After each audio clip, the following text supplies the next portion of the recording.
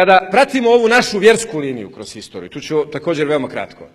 Dakle, poznato je svima da je Islam došao na velika vrata sa Mehmedom el Fatihom u Bosnu u 15. stoljeću, ali isto tako poznato da je prije toga u manjim grupama došao Islam preko nekoliko linija, preko Dubrovnika, preko trgovaca Dubrovnika, prije toga dakle preko Sicilije, Dubrovnika. Postoji neki drugi pravci, čak postoje neki još to nije potpuno rasvijetljeno. Ja sam recimo evo očevidac, ne izučavajući, nego sam očima svojim vidio kad sam prije nekog godina posjetio Dragaš na gori. Znate vjerojatno gdje je Dragaš, to je na Kosovu, u blizini makedonske granice, regija Gora, poznata Gora, a tu se nalazi mjesto varošica Dragaš. I tamo ima jedna džamija koja je veoma stara.